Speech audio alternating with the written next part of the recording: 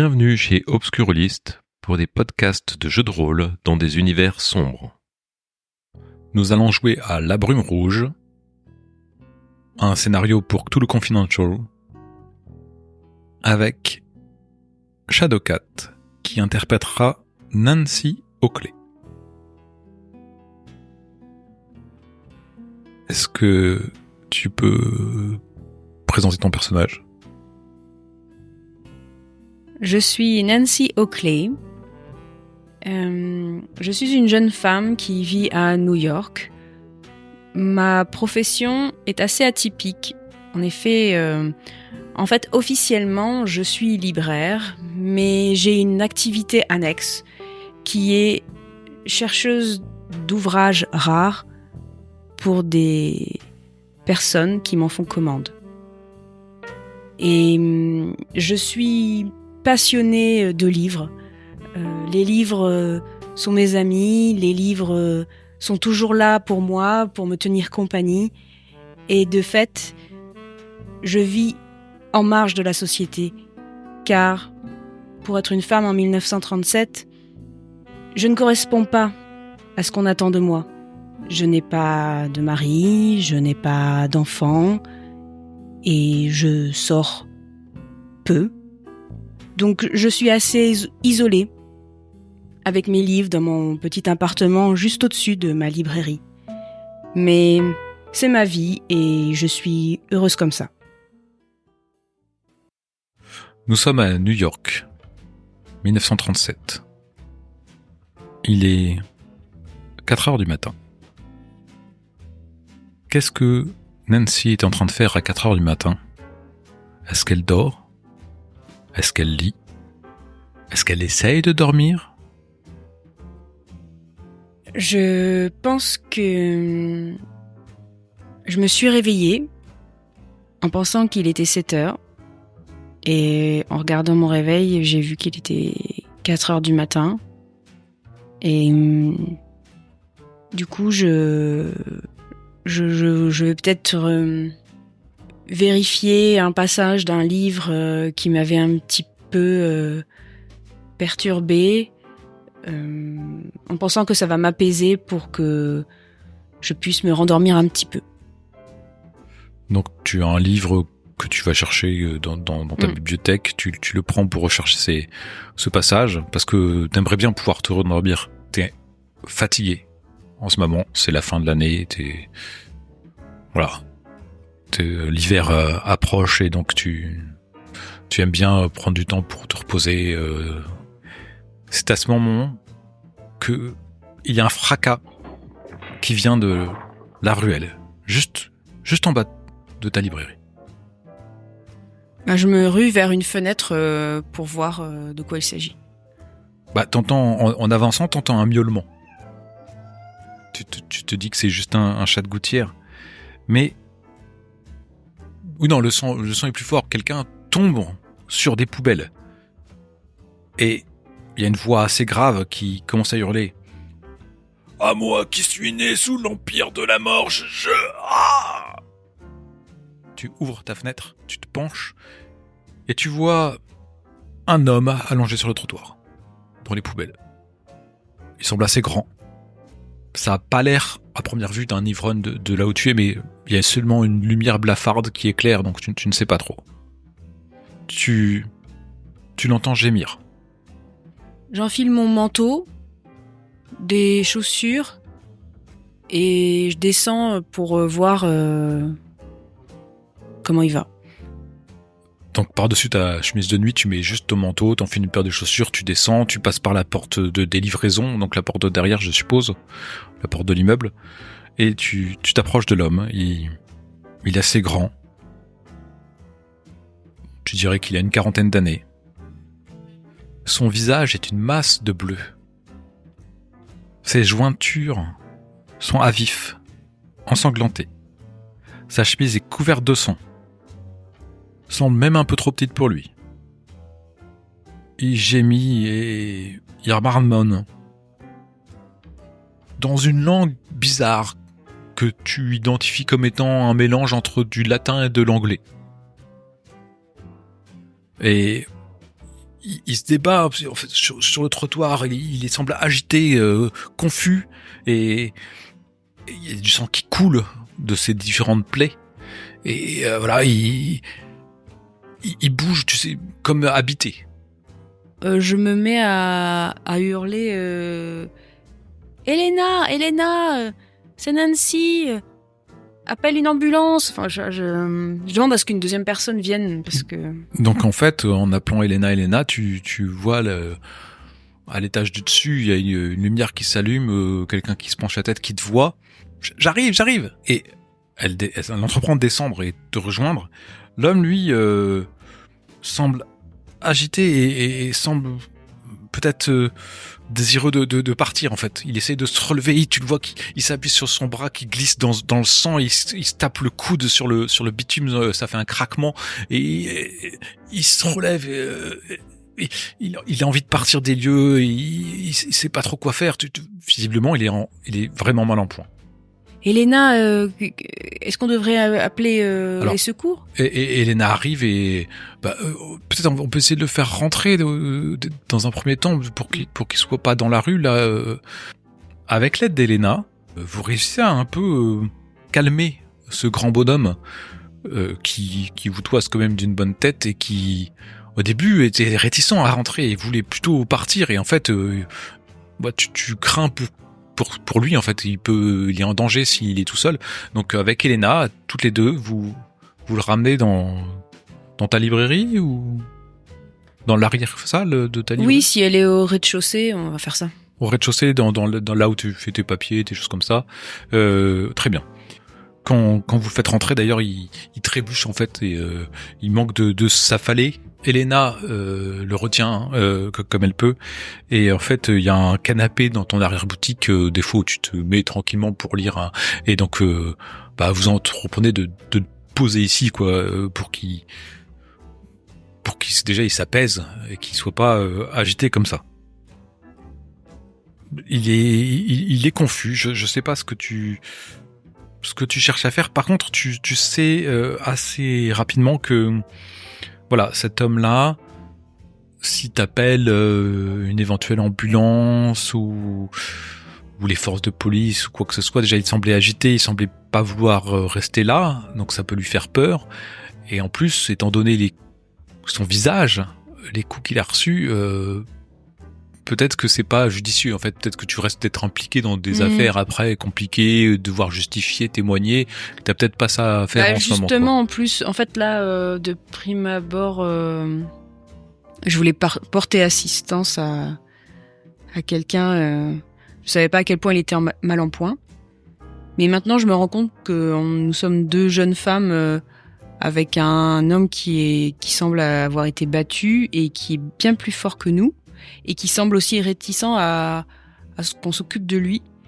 Mais vous qui se repose là, moi je vais vous regarder si j'ai pas des trucs pour lui soigner ses plaies en haut.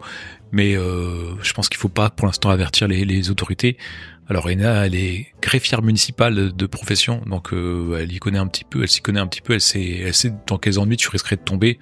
Elle pense que si vous le soignez un petit peu avec une sommeil, il va peut-être s'apaiser, et après il sera peut-être plus enclin à partir ou à...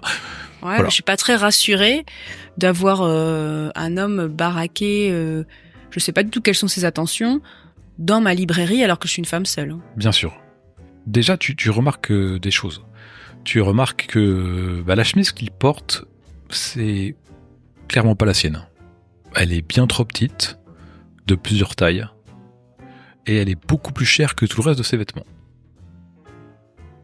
Il y a un monogramme sur le poignet, 2 lettres, A-Y.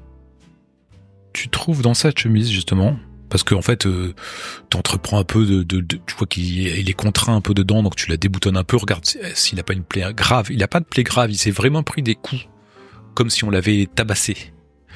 Et comme si lui-même avait tabassé quelqu'un, étant donné ses poings. Et tu trouves en fait dans sa chemise un petit morceau de papier, sur lequel est inscrite ton adresse, ainsi que les mots « Pratique du culte des mystères mitraïques dans l'Empire d'Occident ». Est-ce que ça me dit quelque chose, ça, tout de suite, ou pas? Comme si c'était un titre d'un ouvrage que... C'est visiblement le titre d'un livre que quelqu'un rechercherait. Et il serait venu à ton adresse, vraisemblablement parce que t'es une chasseuse de livres. Tu sais que c'est un livre que tu connais, et dans tes papiers, tu pourrais retrouver la trace de cet ouvrage-là. Elena est montée en haut, elle a redescendu de quoi un peu apaiser, désinfecter un petit peu les différentes plaies, mais elle, pour l'instant, elle le touche pas parce qu'il est en train... il est comateux, quoi. Il est pas encore complètement endormi. Elle se dit peut-être que je le ferai quand il sera endormi. Et il est un peu, il est un peu agité. Il est allongé sur ton canapé. Il semble pas du tout menaçant. Hein. Il avait un papier à ton nom et un peu groggy. Est-ce que tu souhaites un peu l'interroger pour savoir ce qu'il en est? Elena, elle va remonter chez elle, ou est-ce que tu préfères le laisser dormir? Non, j'interpelle Elena pour lui dire regarde, j'ai cherché un petit peu des informations pour savoir de qui il s'agit, et j'ai trouvé une note, un morceau de papier sur lequel est écrit mon adresse, enfin l'adresse de la librairie, ainsi que le titre d'un ouvrage occulte. Bah, c'est peut-être un client, Nancy. Oui, mais il est arrivé dans de drôles de conditions. J'ai pas l'habitude de recevoir ce genre de client. À 4h du matin, en plus. Oui, je comprends. Après, ça reste un client, Nancy, et je crois que c'est pas ce qui court les rues en ce moment, donc c'est intéressant. Oui, mais en tout cas, ne reste pas loin, parce que je suis pas très rassurée d'être seule avec cet homme dont j'ignore tout et qui est sur le canapé de ma librairie. On ne sait jamais, et s'il se réveille et qu'il est violent avec moi. Bah déjà, tu peux fermer ta librairie si tu veux, aller dormir chez toi, et puis moi, de toute façon, je suis juste au-dessus. J'ai pas confiance, mes livres sont tous là. Je sais bien, mais je travaille tôt demain et je suis fatigué. Eh bah écoute, laisse tomber, je vais prendre un fauteuil et je vais mettre à côté du canapé et je vais attendre qu'il se réveille. D'accord. Je passerai, de toute façon, si j'entends le moindre bruit, je descends et je passe te voir avant de partir au travail demain matin. Est-ce qu'il y a un concierge dans l'immeuble? Non, pas du tout. Le temps qu'il est encore dans les vapes, je vais mettre une tenue... Enfin, je vais m'habiller, en fait. Voilà. Tu vas t'habiller, tu vas essayer de le veiller dans un fauteuil. Ouais. En tout cas, je serai dans la pièce. Donc. En somnolant un petit peu, peut-être, voilà. ou... D'accord. Est-ce qu'avant est-ce que tu veux mettre... Est-ce que ça te travaille, cette histoire de livre, tu veux regarder? Oui, quand je monte... Enfin, non, mes affaires, elles sont là. Ouais, elles sont dans le... Oui, je regarde tout de suite avant de m'habiller parce que ça me... Effectivement, ce livre-là, il en existe 2 exemplaires dans la ville. Il y a la bibliothèque universitaire qui en possède un. Et il y en a un autre qui a été acheté par Dr. Lake, un collectionneur. Ça me dit quelque chose ou pas? C'est une femme. Pas plus que ça. C'est pas quelqu'un qui t'a demandé de... Je sais même pas quelle est sa profession, parce que docteur, ça va être un professeur, un docteur en médecine. Non, ça tu sais pas. Tu sais, c'est un nom que t'as pu voir passer dans les gens qui cherchaient des ouvrages. Tu t'as appris qu'un de tes concurrents lui avait fourni ce livre. Donc tu montes en haut, tu t'habilles comme pour ta journée de travail de demain. Il est quand même 4h30 du matin, t'es encore fatigué, tu fermes ta librairie, tu prends Je me fais un café. Je me fais un thermos de café. Un thermos de café. Et comme ça, s'il en veut quand il se réveille. Donc t'essaies de ne pas dormir en fait, t'essaies de lutter. Je pense que je suis dans un état, c'est excitation, mais excitation peur, fébrile. Et un homme très amoché, bizarrement vêtu, qui avait le nom de ma librairie sur un morceau de papier et qui s'est effondré pas loin de ma librairie, et qui est dans mon arrière-boutique. Je peux pas m'endormir de façon apaisée, à moins que j'ai vraiment je sois exténuée, mais là cette adrénaline me maintient plus ou moins éveillée, quoi. D'accord. Tu dors pas et t'essaies de lutter contre le sommeil qui essaie de mettre son empreinte. Elena descend le matin. Et elle part à son travail, elle te fait un petit signe, tu la vois de tête, tout s'est bien passé, hein, il dort encore. Et puis elle part à son travail. Toi, c'est maman, d'habitude tu te prends ton petit déjeuner et tout ça, donc tu commences à faire ton petit rituel toujours en jetant un œil. Est-ce que tu montes particulièrement te laver les dents ou des trucs de bête, toute bête, quoi, de te recoiffer? Est-ce que tu... Non, je monte... je vais me préparer un toast, des toasts, beurre, confiture, et je sais pas, comme ça, de façon maladroite, je descends un plateau avec un autre toast. D'accord, donc un tu jus de vas préparer un petit déjeuner éventuellement. Voilà, je sais pas du tout s'il aura faim, tout ça. Donc tu montes en haut, tu vas préparer le petit déjeuner, tu entreprends de faire griller les toasts, c'est ça, sur ton grille-pain, tout nouvellement réparé par les entreprises Fuller. Et tu prépares ce petit plateau, voilà, avec bienveillance en fait pour cet homme qui est venu. Et tu commences à mettre les affaires sur le plateau, peut-être un jus de fruits, je sais pas. Tu prends ce plateau, t'as ce plateau dans les mains et t'entends du bruit en bas justement à ce moment-là. Ah bah je pose le plateau. Alors tu avais fait quelques pas, tu reviens en arrière, de rien renverser, tu poses le plateau, tu descends en toute hâte 4 à 4 les marches de l'escalier, et en arrivant en bas dans le petit couloir, tu t'aperçois que la porte qui donne sur l'extérieur est ouverte. Donc il est parti.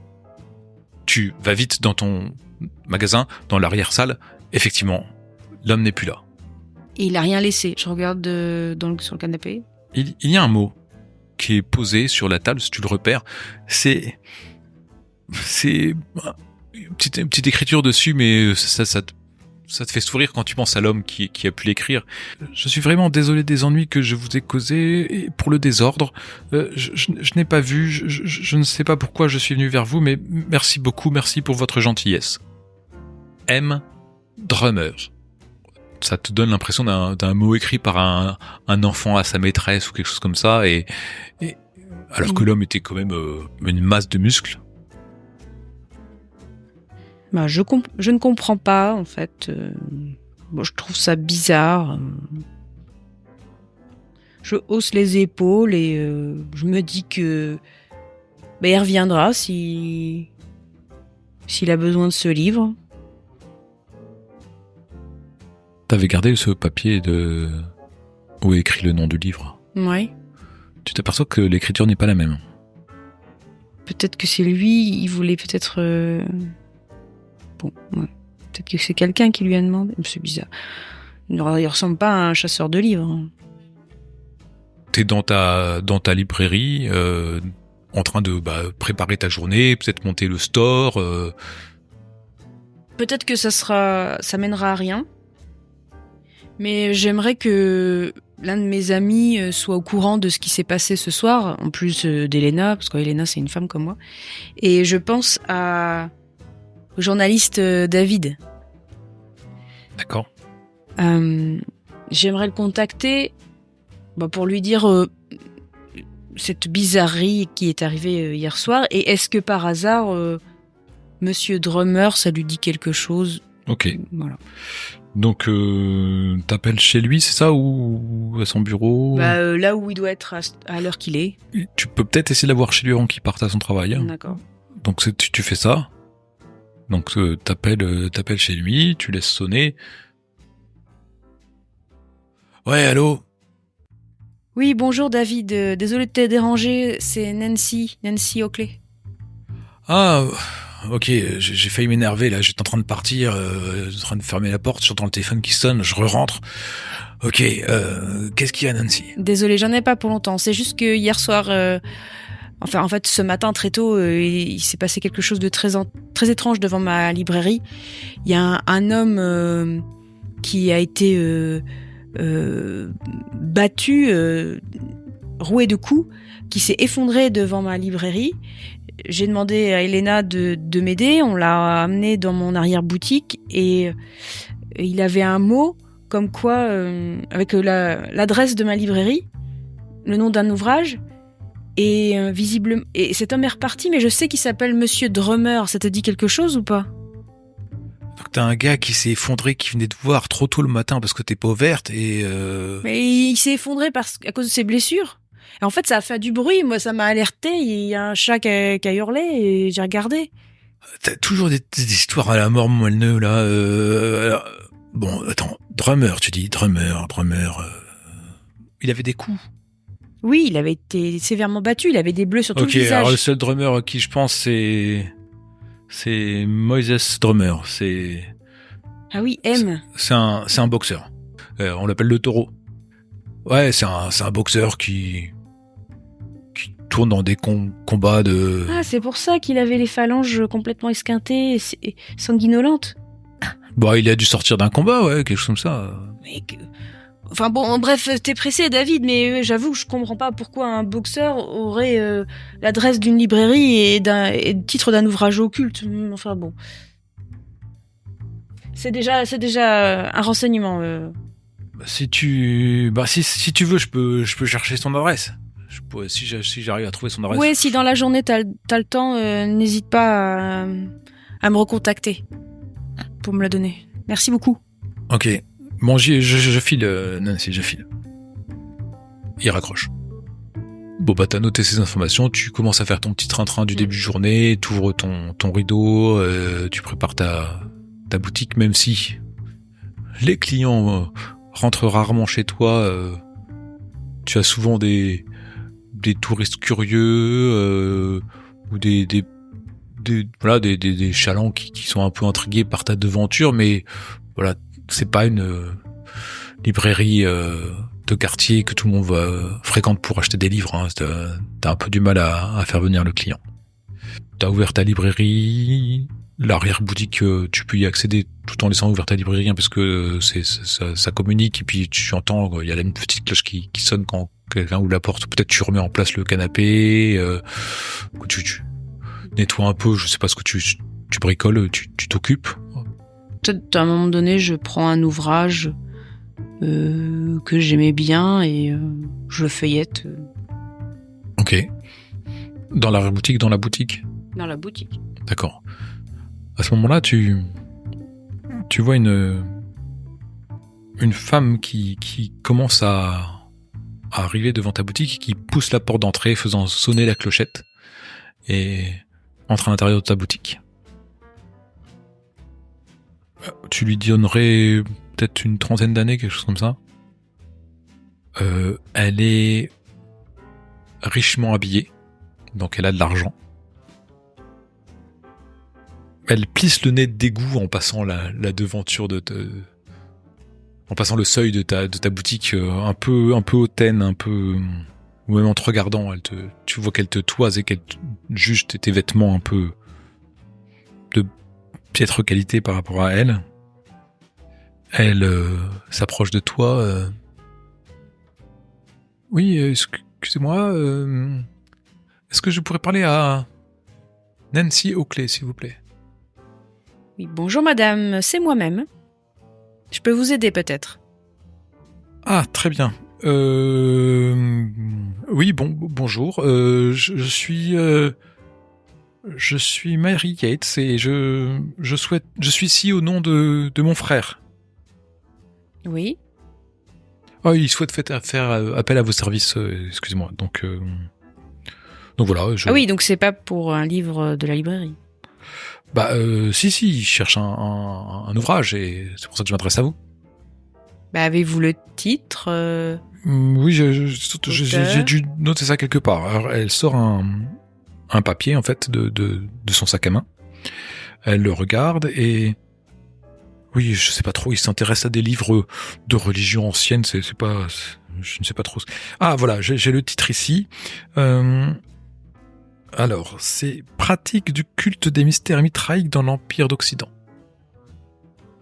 Je fais une pause alors que j'étais en train de l'écrire en fait, parce que je me remets tout de suite que c'est la même chose que... Vous n'avez pas compris quelque chose? Il faut que je répète je voudrais juste vérifier une orthographe. Pouvez-vous me montrer votre note, s'il vous plaît? J'essaie de vérifier si c'est la même écriture que j'avais vue sur le mot ou pas. Il te semble que c'est une écriture qui ressemble, effectivement. Je dis, ah oui, mitraïque, oui, voilà, c'est bien comme ça que ça s'écrit. Merci. Voilà, et est-ce que vous avez cet ouvrage, ou je sais pas trop comment on procède habituellement, ou est-ce que vous allez le rechercher, ou Je n'ai pas cet ouvrage ici, mais j'ai des pistes pour le trouver. Il me faudrait un moyen de communication avec vous ou votre frère pour que je puisse l'informer de l'avancement si j'ai des difficultés ou si j'ai trouvé l'ouvrage. Vous pouvez appeler chez moi, il n'y a pas de souci. Bon, par contre, j'ai cru comprendre que vous êtes une intermédiaire dans les échanges d'ouvrages si cet ouvrage appartient à quelqu'un et que vous faites l'échange, c'est ça, en quelque sorte. Oui, je vous représente. Vous nous représentez, c'est ça. Et donc, nous insistons pour que le nom de Yates reste confidentiel. Je suppose que c'est comme ça que vous travaillez. J'accepte les requêtes de mes clients tant qu'elles sont acceptables, donc pour certains ça ne les gêne pas et pour d'autres c'est confidentiel, il n'y a pas de souci, madame. Est-ce que vous avez le téléphone ou... Oui, bien sûr, elle te donne son numéro. J'en profite, je dis rien, vu qu'elle m'a pas dit que c'était urgent, j'en profite pour pas relancer, comme ça si j'ai des difficultés. Écoutez, Madame Yates, je ne sais pas si c'est la première fois que vous recherchez un ouvrage rare, mais il faut savoir qu'en fonction du nombre d'exemplaires existants, les prix peuvent être très élevés et il faut que vous soyez préparés. Je ne sais pas à quel point vous souhaitez cet ouvrage. Écoutez, une dépense raisonnable, je pense. C'est vrai que je n'y connais pas beaucoup. De toute façon, si j'ai une proposition, je vous la communiquerai pour voir si vous êtes... Bon, écoutez, de toute façon, je sais, vous êtes une professionnelle, sinon mon frère n'aurait pas fait appel à vous. Écoutez, je pense que ce fera... Partons déjà sur cette somme, et selon s'il faut plus, vous me direz, et puis vous verrez en fonction de... Voilà, restez dans la ligne du raisonnable, mademoiselle. Puis elle te tend une liasse de billets. Moi, je la prends. Je dis rien parce que ça me fait sourire intérieurement, limite du raisonnable, quand je vois les moyens qu'elle a. Je me suis dit, mais elle s'attend à quoi? Enfin, je me dis, c'est bien une parole de riche, ça, mais voilà. Voilà, c'est tout ce que... Vous me recontactez, c'est comme ça que ça se passe, je sais pas. Dès que j'ai des nouvelles, si j'ai des difficultés, si je le trouve pas, si j'ai un vendeur... D'accord. Je tiens informé. Par téléphone. Bon, écoutez, j'attends votre appel, alors Merci. Merci, madame. Bonne journée. Et tu la vois, elle regarde un peu ta librairie en haussant les sourcils, en se demandant ce qu'elle est venue faire ici. Et en sortant, elle ferme la clochette sonne, la porte se ferme, et tu la vois, elle reste un instant devant ta porte, en fait, et elle s'époussette un petit peu comme si elle voulait enlever la saleté qui était sur ses habits avant de partir. Ça me fait sourire. Je peux pas réprimer un sourire en me disant ces gens-là ont quand même besoin de mes services, donc malgré leurs grands airs, voilà, il faut qu'ils viennent jusqu'ici. C'est alors que le téléphone sonne. Je vais décrocher. Nancy? Oui, allô? Oui, c'est David. Ah, David, merci de me rappeler. Ouais, bon, je sais pas énormément de trucs à faire en ce moment-là. J'ai pu retrouver l'adresse de Drummer, si ça t'intéresse. Oui. Bon, après, c'est un quartier... il est ce qu'il est, quoi. Hein. C'est quartier pauvre de la ville, donc c'est près des quais... voilà, je te préviens pour que tu saches où est-ce que tu mets les pieds. D'accord. Voilà, bon, ça m'a pas... pour l'instant, ça m'a pas fait de quoi faire une histoire, hein, ton pauvre truc de ce matin, là. Si t'en sais plus, tiens-moi au courant, si je peux écrire une petite bafouille.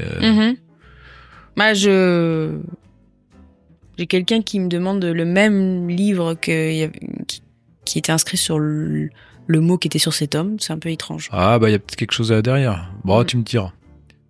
Bon, allez, j'y retourne. Bonne journée. Bonne journée, merci David. Il raccroche. Je pense que je vais faire une petite matinée parce que, en fait, j'ai faim, j'ai pas le temps de petit déjeuner avec tout ça. Et comme il n'y a pas beaucoup de clients, ça va me permettre de repenser un peu à tout ça.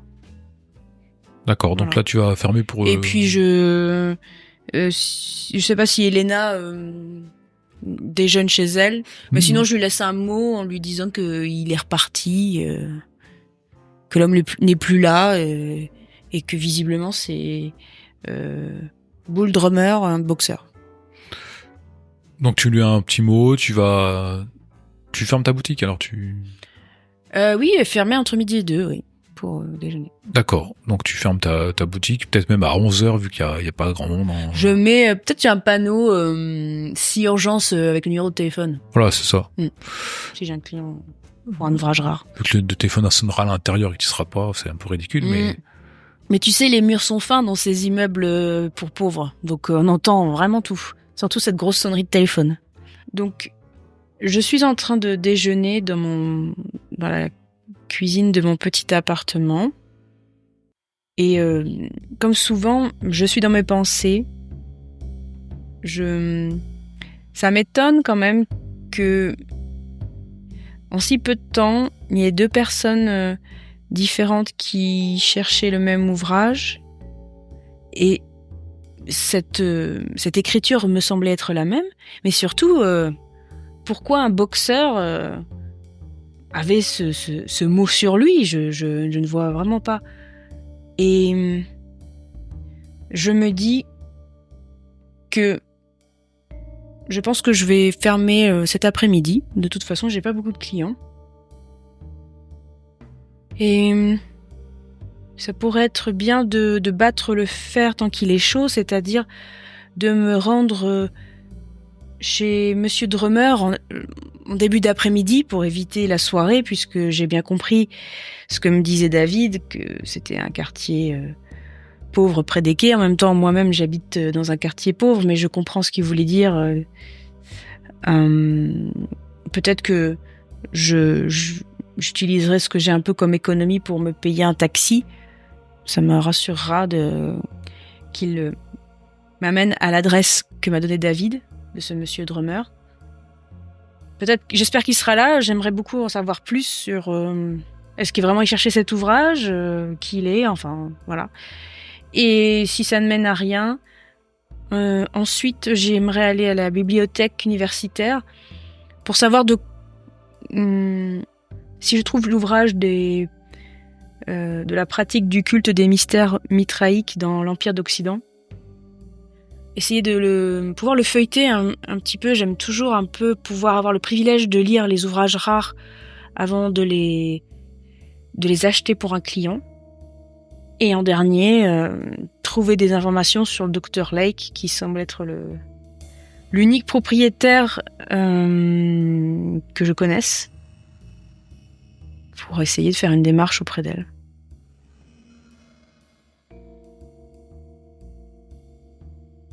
Et ainsi se termine La Brume Rouge, épisode 1.